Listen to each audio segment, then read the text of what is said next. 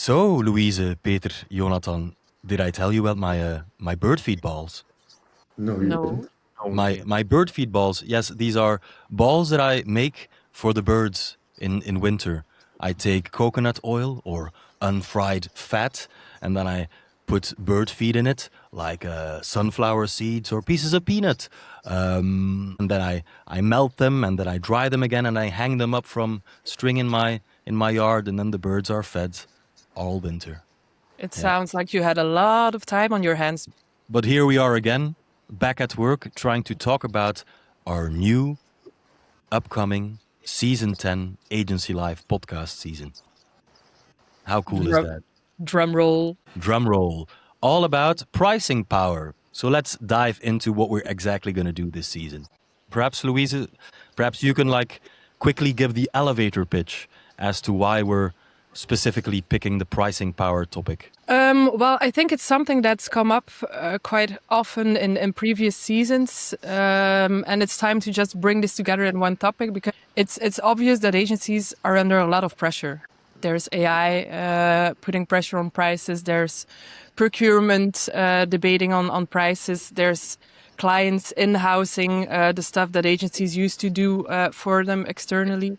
And while it's true that some stuff that agencies do is becoming easier to do internally or is becoming faster to do with AI tools, it's also true that a lot of work that agencies do is still very highly valuable, very business critical to brands.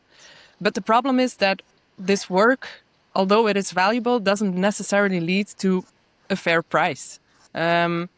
So that's why it's interesting to dig into this topic and to not victimize agencies, but really try to figure out what are the agencies who do hold their pricing power, what are they doing differently, and how can we learn from that? Well, I guess we need to talk about the margin problem. We see it everywhere we go in Europe. EBITDA, making EBITDA or protecting margins, it's a challenge. And there's a lot of ideas about how you can grow your EBITDA or how you can protect those margins. And there's good ideas and there's novel ideas, but it starts at something very simple, and it's so simple you might miss it. And it all starts actually at pricing. We see in our studies that agencies that raise their pricing up to 12%, they make better margins, they make better EBITDA. It's only logical. But the question then should be, how did they gain this pricing power? Mm-hmm.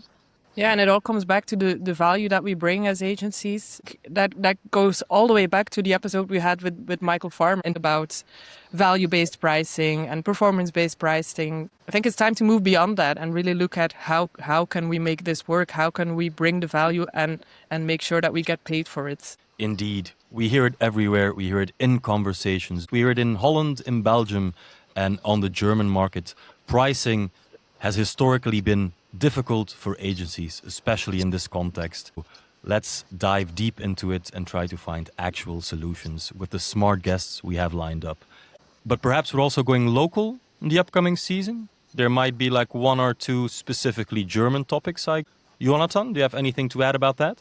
But I think that's also something that makes this new season so special, because we always had some episodes in the past with the same topic, but never that concrete. And that's something I'm really looking forward to in this season, to really have the same view on different topics, but on different markets. And how does Belgium working out these problems and things? How are German people and German agencies try to bring in the pricing power again? So that's something I'm really looking forward to. Yeah, we also hear the same conversations, and that's also a big point why we want to have a big look on people who are sitting on the bridge, so with a view on both sides and how the pricing dynamics really work. So it's interesting. We're also looking for, not confirmed yet, but looking for a brand or a company just not working with agencies anymore, to sort of just chat with them about why. Do you not think agencies can bring value to your team, and why not? Because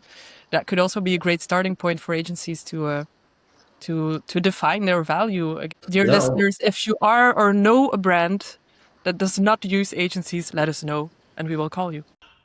It's also quite interesting to see how things have evolved to this in-housing point, for instance. We have been telling as agencies to our clients that SEO is business critical, that their websites are business critical, that their performance marketing becomes business critical. So it's only logical that those same clients will evolve and say, maybe I need those things in-house, and they start in-housing that. So that nibbles a bit away from the agency offering. So what does that mean? How will agencies evolve in that situation? And also, Jona, you mentioned the bridge, people sitting on the bridge between brand and agency. And it's going to be interesting to talk to those people to find new observations. And one of the people that we're going to talk to is Suzanne van Adformatie. She works at Sleight of Media, and they have a big outlet and outlets actually in the advertising business called Adformatie. She talks to both parties. She gets the point of view that most people don't have. She probably gets to hear things that agencies aren't hearing.